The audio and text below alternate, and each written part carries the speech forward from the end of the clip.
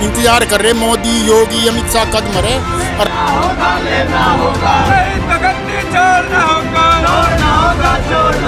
14 करोड़ रोजगार पैदा करने के बजाय इन्होंने लॉकडाउन के अंदर 17 करोड़ रोजगार छीनने का काम किया युवाओं पर। हम तो इनकी अर्थी को कंधा देना है।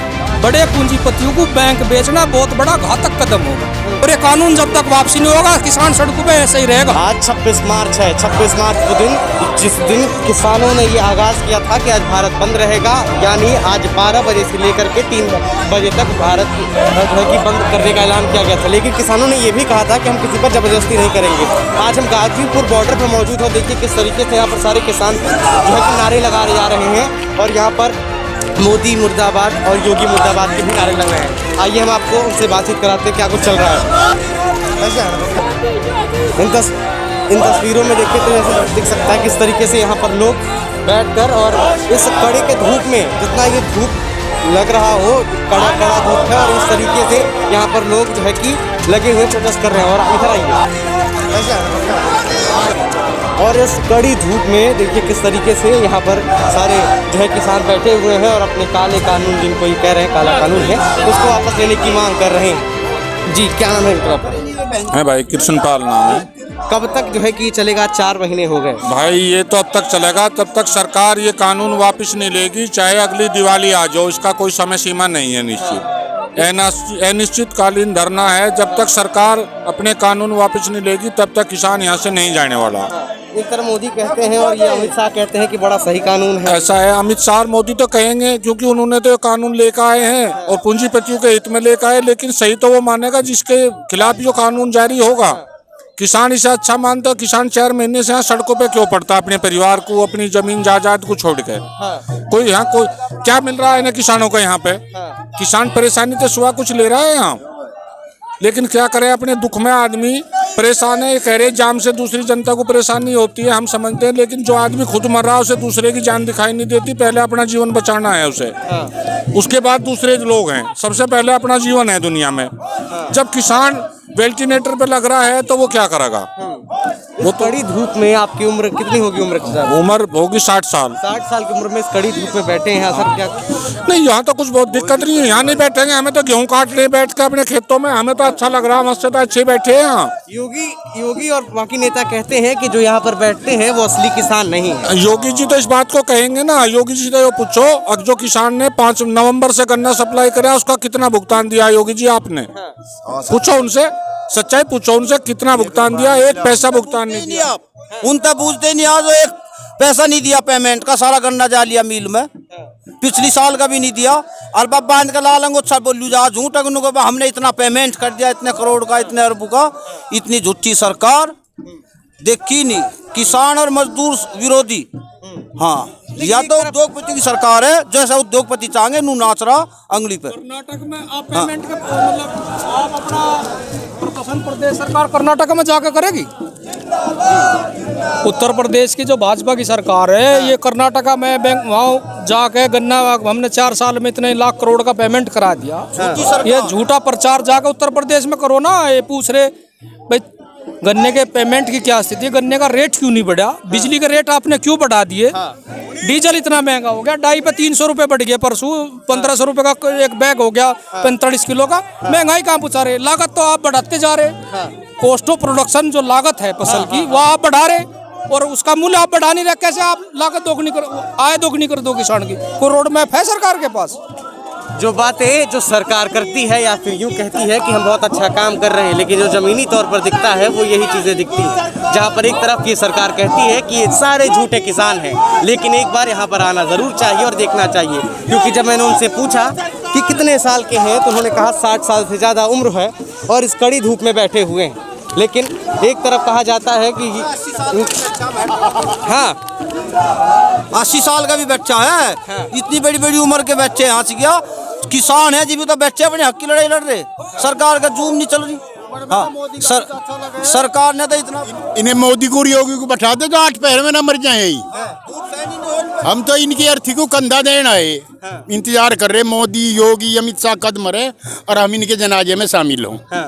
हम तो इतने दुखी इनसे। देश दिया है इन लोगों ने। ये लोग जो हैं ये तानाशाह की सरकार है। ये मोदी योगी जो है ये सारे तानाशाह की सरकार है। किसानों की जान मारना चाहती है। आज अगर ये सरकार किसान विरोधी काले कानून को वापस नहीं लेती है और ये एमएसपी के ऊपर अच्छे कानून नहीं बनाती है तो सड़क से आज क्या 4 साल बाद भी नहीं उठा जाएगा। जब तक दिल्ली के सत्ता को हम खाली नहीं करेंगे तब तक यहाँ से उठेंगे नहीं। ये मोदी योगी सरकार को बताना चाहते हैं कि ये जल्द से जल्द इस काले कानून को वापस ले और जो एमएसपी के ऊपर अच्छा कानून बनाए और जो युवाओं को बेरोजगार बना रहे हैं उन सभी युवाओं को रोजगार देने का काम करे। ये सरकार के वायदे आपको याद होंगे जो 2014 से पहले हर वक्त ये सरकार बोलते चलती थी हर जगह पे किसानों की आय दोगुनी करेंगे, हर साल 2 करोड़ रोजगार पैदा करेंगे। आज 7 वर्ष हो चुके हैं, 14 करोड़ रोजगार पैदा करने के बजाय इन्होंने लॉकडाउन के अंदर 17 करोड़ रोजगार छीनने का काम किया युवाओं का। आज युवाओं की स्थिति नरक में जा रही है। आज देखिए ये सरकार इतनी तानाशाह हो चुकी है कि आज यहाँ पे किसान बैठे हुए 120 दिनों से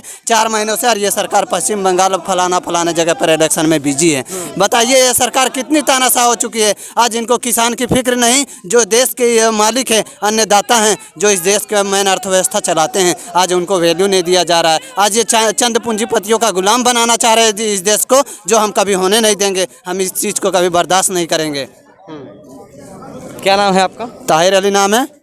ताहिर अली का कहना है कि बहुत बढ़िया बताई हाँ गजब कर दिया हाँ। ताहिर ने गजब कर दिया भाई। हाँ ताहिर ने सचमुच गजब कर दिया। अब बालकों की उम्र निकलेगी उन्हें भगा गए, इतने करोड़ भर्ती करा करेंगे, एक भी भर्ती पूरी नहीं करी आज तक।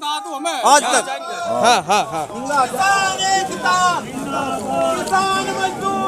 लोकतांत्रिक देश है, संविधान है। एक देश का गृह मंत्री बंगाल में भरी सभा में मतलब मैं बढ़िया हूँ, मेरे पर लोग विश्वास करें। मतलब जातिवादी कौन है? जातिवादी तो ये लोग हुए ना जो बंगाल में जाकर खुद ये कह रहा गृह मंत्री अगर मैं बढ़िया हूँ मेरे पे भरोसा करो। जातिवादी कौन है? जातिवादी तो यही लोग है ना। यही धर्म इनके पास राजनीति करने का और कोई धर्म जात ये 2 ही तो मुद्दे हैं ना इनके खिलाफ, और तो कोई मुद्दा है ही नहीं। उत्तर प्रदेश में आप इतनी बुरी स्थिति, हर जगह निराशा का माहौल है, चाहे कोई सा सेक्टर आप ले लो। बस किसानों के साथ जो हो रहा और दूसरे वो बैंक कर्मचारियों के साथ क्या हो रहा, ये तो बैंक बेच रहे। आरबीआई का जो पूर्व गवर्नर है राजा राम, उसने क्या कहा? उसने ये कहा कि बड़े पूंजीपतियों को बैंक बेचना बहुत बड़ा घातक कदम होगा। जब पूरा सेक्टर आप हर चीज को पूरी एक व्यवस्था को आप निजी हाथ में दे देंगे तो फिर सरकार क्या मतलब? इन्हें भी प्राइवेट लिमिटेड कर दो। भाई प्राइवेट लिमिटेड कर दो, तनख्वाह लो, काम करो, ना करते कान पकड़ के बाहर करो। चुनाव का क्या मतलब है? कई हजार करोड़ का हो हर चुनाव, हर साल 2-4 प्रदेशों में चुनाव हो जाए, अभी 5 प्रदेशों में चुनाव है, तो इनका क्या मतलब है? सब इन्हें प्राइवेट लिमिटेड कर दो। जो अभी स्थितियां चल रही हैं जैसे कि प्राइवेटाइजेशन हो रहा है, मोदी योगी कह रहे हैं कि ये कानून सही है, एक तरफ आप लोग कह रहे हैं कि गलत है, और जो कि जमीनी तौर पर दिखता भी है। लेकिन अब क्या लग रहा है कि अगली बार मोदी सत्ता में आ पाएंगे? नहीं, अगर ऐसे ही हालात रहे, संघ के जो दंतोपति हेगड़े थे इनका एक अपना एक मैनिफेस्टो, उनका ये मानना था कि जनता को इतना गरीब कर दो कि वो रोटी का बगल कुछ सोच ही ना पावे। गरीब को इतना गरीब कर दो सिर्फ रोटी आप नहीं सुन, आप इस नीति तो चलोगे देश को लेकर। देश तो बहुत लोगों ने आज़ाद करवाया, आज़ादी में इनका क्या योगदान था? आप इस देश की परिवार के भी आज़ादी में नहीं रहे, पूरी व्यवस्था को चौपट कर दोगे इस देश की। जीडीपी कहाँ चलेगी देश की? बस जो ग्रोथ थी कहाँ चली गई? आप देख रहे कितने माइनस में चली गई। नहीं, तो एग्रीकल्चर सेक्टर पूछने पे वो कहती है कि हम प्याज ही नहीं खाते हैं, तो इसका मतलब भाई रोटी तो खावे हर कोई, अन्न तो खाता है हर चीज। पूरे एग्रीकल्चर सिस्टम को आप कोरोना में सब सारे जितने सेक्टर थे सब नीचे माइनस में चले गए। सिर्फ एक एग्रीकल्चर सेक्टर ऐसा इंडिया में था जो ग्रोथ करा, बस उसका गेहूं गन्ना जो भी फसल थी वो सब कुछ बढ़िया हुई। तो इन लोगों की नज़र उस पर आ गई, भाई ये सेक्टर ऐसा है, मान लिया आप फूड को उगाओगे तो वो तो खत्म होगा ना, फूड तो अगले साल फिर उगाओगे उसी को, तो ये तो हमेशा चलता रहेगा ऐसा ही। मान ले एक गाड़ी किसी ने ले ली, वो तो गाड़ी ले ले तो 20 साल तक उसे जरूरत नहीं। तो इस पर इनकी नज़र थी, इसे पूरे को कंट्रोल आप कर लो तो देश को गुलाम बनाना चाह रहे हैं किसानों को। जो अमेरिका ने भाई ये कानून वापसी होने चाहिए, बहुत गलत है, डेथ वारंट है किसान का, और ये कानून जब तक वापसी नहीं होगा किसान सड़कों पे ऐसे ही रहेगा। पूरे हिंदुस्तान में किसी किसान का कोरोना नहीं हुआ, हाँ, हम तो जो अय्याशी करे लोग वे हैं, हम तो खेती करे पसीना बावे। होका पी रहे जो कोरोना होता है सब हो जाता टीवी में आप देखते होंगे और सुना भी होगा कि धूम्रपान सेहत के लिए हानिकारक है, लेकिन वो जाटों के लिए नहीं है ही नहीं। धुआं और धूप तो जाट का जीवन है, जीवन है सर, किसान का जीवन है। जाटों के लिए कह रहा है। हाँ नहीं, हाँ जाट के लिए तो है ही जी भाई, एक बिरादरी को वो दे रहे, नहीं तो हर बिरादरी का सहयोग है, हर किसान बिरादरी एक